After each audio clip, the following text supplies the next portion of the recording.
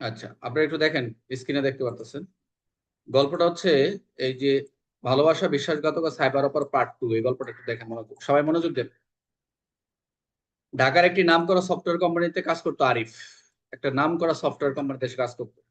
একই অফিসে নতুন যোগ দেয় নিশা। দুইজনই একই অফিসে, একজন নিশা হচ্ছে একজন মেয়ের নাম বোঝা যাচ্ছে, কাজ করতো। তাদের মধ্যে একটা গুড রিলেশন হয়, ভালো সম্পর্ক ওঠে। পরে পরবর্তীতে কি হলো, পরে পরে ভালোবাসায় সেটা রূপ নিচ্ছে। অর্থাৎ একই সাথে যখন কোনো সফটওয়্যার কোম্পানিতে কাজ করে, পরবর্তী আর একটা মেয়ে সেখানে কাজ করছে, তাদের তো একটা গুড রিলেশন হওয়াটাই স্বাভাবিক। এখন কিন্তু আরিফ ছিল গোপনে একজন দক্ষ হ্যাকার। মনোযোগ দেন। কিন্তু এই আরিফ ছিল একজন গোপনে, সে যত সফটওয়্যার ইঞ্জিনিয়ার বা যাই থাকুক না কেন, সে গোপনে একটা সে হ্যাকার। তার একটা এক্সপার্টেন্স ছিল। একদিন সে কোম্পানির গুরুত্বপূর্ণ সার্ভারে অবৈধভাবে প্রবেশ করে এবং গোপনে তথ্য কপি করে নেয়। তথ্যগুলো কি কপি করে নেয়? এই যে সার্ভারে অবৈধভাবে প্রবেশ করলো এবং তথ্য কপি করে নিল, এক কথা হচ্ছে এই গুরুত্বপূর্ণ সার্ভারে অবৈধভাবে প্রবেশ করাটাই হচ্ছে 17 ধারা। এখানে হ্যাকিং ট্যাকিং সবই আছে, আপনার পরে দেখবেন। 17 ধারা এটা। এরপর নিশার ব্যক্তিগত কম্পিউটার এবং নিশার তার যে সহযোগী, যার সাথে রিলেশন ছিল, তার কম্পিউটার অনুমতি ছাড়া প্রবেশ করছে। অর্থাৎ বেআইনি ভাবে অনুমতি ছাড়া প্রবেশ করে তার ব্যক্তিগত ছবি তথ্য সংগ্রহ করছে। এই যে তার অনুমতি ছাড়া তার ব্যক্তিগত যে তথ্যগুলো রয়েছে, ছবিগুলো, সেটা এটা হলো 18 ধারা। প্রত্যেকটা কথার সাথে ধারা দিয়ে দিচ্ছে এখানে, মনোযোগ দেন।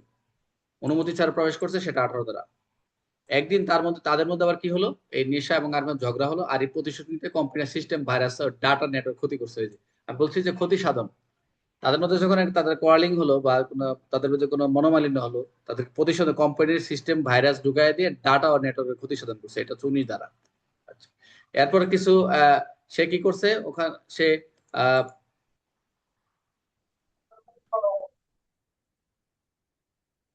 সে এরপর অনলাইনে একটি জোয়ার সাইট চালু করছে। সে এই জোয়ার অনলাইন সাইট, এখন তো আপনারা মোবাইলে তো জোয়ার যে অনলাইন মানে সফটওয়্যার না, আমার মনে হয় লক্ষ লক্ষ, একটা সফটওয়্যার ব্যর্থ হচ্ছে। এগুলো সফটওয়্যার, এই জন অনলাইন সবগুলো যে এইগুলা লিঙ্ক গুলা সব বাইরে থেকে আসে, বিভিন্ন এজেন্টের মাধ্যমে, ওরা এজেন্টের মাধ্যমে প্রচার করায়।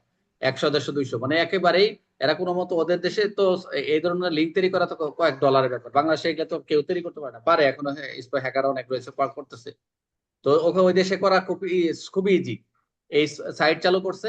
এই সাইট চালুটা হচ্ছে এটা কিন্তু আগে ডিজিটাল নিরাপত্তা ছিল না, যেহেতু জোয়ার অনলাইনে অনেকে ক্ষতি করছে, মানে দেশে টাকা অনেক যে চলে যাচ্ছে অনলাইনের মাধ্যমে। এই যে আহ, আহ, জোয়ার সাইট চালু করছে অনলাইন জোয়া খেলা, এটা হচ্ছে 20 ধারা এবং সহজে যাতে টাকা কামানো শুরু করে। আচ্ছা, আরিফ কি করলো, ভুয়া ওয়েবসাইট বানিয়ে সে নিজে কি করলো, ভুয়া ওয়েবসাইট বানাইছে, মানুষের কাছে টাকা নিয়ে জালিয়াতি করা শুরু করছে। এই যে ভুয়া ওয়েবসাইট তৈরি করে জালিয়াতি করলো 21 ধারা। এবং নিশার ব্যবহার করে ভুয়া অফার দিয়ে অনেক, এই যে এখন একদিকে জালিয়াতি করলো, আবার নিশার নাম ব্যবহার করে, এই নিশার নাম ব্যবহার করে ভুয়া অফার দিয়ে, যে আমি এখানে কাজ করি, একটা মেয়ে একটা কথা দেখে না, বিভিন্ন অফার আসে, এআই ব্যবহার করে বিভিন্ন কথা বলতেছে, একটা ঠুটটা মিলাই দিচ্ছে যে 3 লক্ষ টাকা 5 লক্ষ ঋণ দিচ্ছে, এই দিচ্ছে, এগুলোতে ঢুকবে না, এগুলো সাইট। অনেকে প্রতারণা করতেছে, এটাও বাড়ির ধারা। বুঝতে পারছেন? এক সময় নিশাকে হুমকি দেয়, যদি তুমি আমার কাছে ফিরে না আসো তাহলে সব তথ্য প্রকাশ করে দেবো। এই যে এটা সাইবার সন্ত্রাসী হুমকি প্রদান করলো। এই যে সাইবার যে ফিরে না আসে সব তথ্য প্রকাশ হয়, সাইবারে যেরকম সন্ত্রাসী কার্যক্রম করে, সন্ত্রাসী হুমকি তারা এই দ্বারা। এবং আর কি করলো, সে নিশার অ্যাকাউন্ট ব্যবহার করছে, নিশার অ্যাকাউন্ট ব্যবহার অবৈধভাবে টাকা ট্রানজাকশন করছে, এবং সে নিশার অ্যাকাউন্টে সে জানতো, তার অ্যাকাউন্ট ব্যবহার করে সে ট্রানজাকশন করে, সেটা হলো 24 দ্বারা। পরবর্তী কি করলো, পরবর্তী যে নিশা, তার সাথে আগে থেকেই তার অন্তরঙ্গ ছবি টবি ছিল, তার বেআইনি ভাবে তার কম্পিউটার ডেস্কটপ থেকে ছবি টবি নিয়ে নিছে, অনলাইনে ছড়ায় দেয় এবং ব্ল্যাকমেইল করতে থাকে, তাকে ব্ল্যাকমেইল করে। এটা হচ্ছে 25 ধারা। বুঝতে পারছেন? এটাও সে 25 ধারার অন্তর্ভুক্ত হয়ে গেল। আচ্ছা, তাহলে কি হলো পরবর্তীতে, আরিফ সামাজিক ভুয়া পোস্ট দিয়ে ধর্মীয় উস্কানি ছড়াইছে। ওই যে আমরা দেখলাম ভুয়া উস্কানি যদি ছবি ছড়ায়, সেটা হচ্ছে ঘৃণা বিদেশ ছড়ানো 26 প্যানেল কোড। ওই যে রয়েছে, প্যানেল কোডের সাথে যাবেন না এখানে। তারিফ সমাজের মধ্যে ভুয়া পুরুষ দিয়ে যদি ধর্মীয় উস্কানি ছড়ায়, সেটাও 26 দ্বারা অন্তর্ভুক্ত। তো এইসব কাছে এই যে সে যে কাজ করতো, এই আরিফ কিন্তু তার বন্ধু, তার একজন রবি ছিল, তার বন্ধু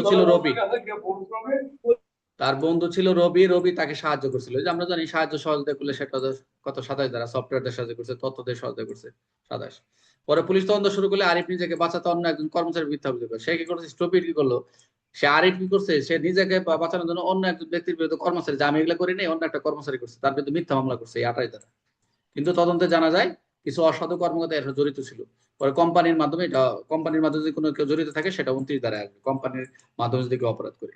সর্বশেষ আমরা যেটা দেখবো যে শেষ পর্যন্ত পুলিশ আরিফ সহযোগিতা গ্রেপ্তার করছে, আরিফকে গ্রেপ্তার করছে, সহযোগিতা গ্রেপ্তার করছে। আদালত তাকে শাস্তি দিছে এবং নিশা সহ সকল ভুক্তভোগীর ক্ষতিপূরণ দেওয়ার আদেশ দিছে। এই ভুক্তভোগী আদেশ কে দিছে, যারা এই ধরনের জড়িত, যারা হচ্ছে অপরাধ করছে তাদেরকে আদেশ দিচ্ছে আদালত যে আপনারা এই যারা ক্ষতি হয়েছে এদেরকে ক্ষতিপূরণ দেওয়া আদেশ দিচ্ছে, সেটা হচ্ছে 30 ধারা। আর নিচেরটা আমরা তো পড়ছি মোটামুটি। এই হলো 17 থেকে আমরা 30 পর্যন্ত। বারবার বলতেছে এখানে যেভাবে আছে পিডিএফ এ আপনারা এভাবে পড়ে নেবেন, কয়েকবার প্র্যাকটিস করবেন, ঠিক আছে? প্র্যাকটিস করবেন, ইনশাল্লাহ হয়ে যাবে। মেন বই বা মুখস্থ করা দরকার নেই, একটু কয়েকবার সূচি থেকে আর এগুলো বারবার প্র্যাকটিস করবেন, দেখবেন মোটামুটি আইনটা ভালো হচ্ছে। আর যদি ওভাবে একে দুই একই তিন একই চার একই তুতা পাখির মতো মুখস্থ করেন, যখন প্রশ্ন আসবে তখন আর পারবেন না। এই জন্য বলি সবসময় প্র্যাকটিক্যাল হন, প্রত্যেকটা ধারা থেকে উদাহরণ তৈরি করেন, এমসিকিউ তৈরি করেন, নিজের মতো ক্রিয়েটিভিটি হন, ইনশাল্লাহ ভালো করবেন। তাহলে মোটামুটি ক্লিয়ার সবার?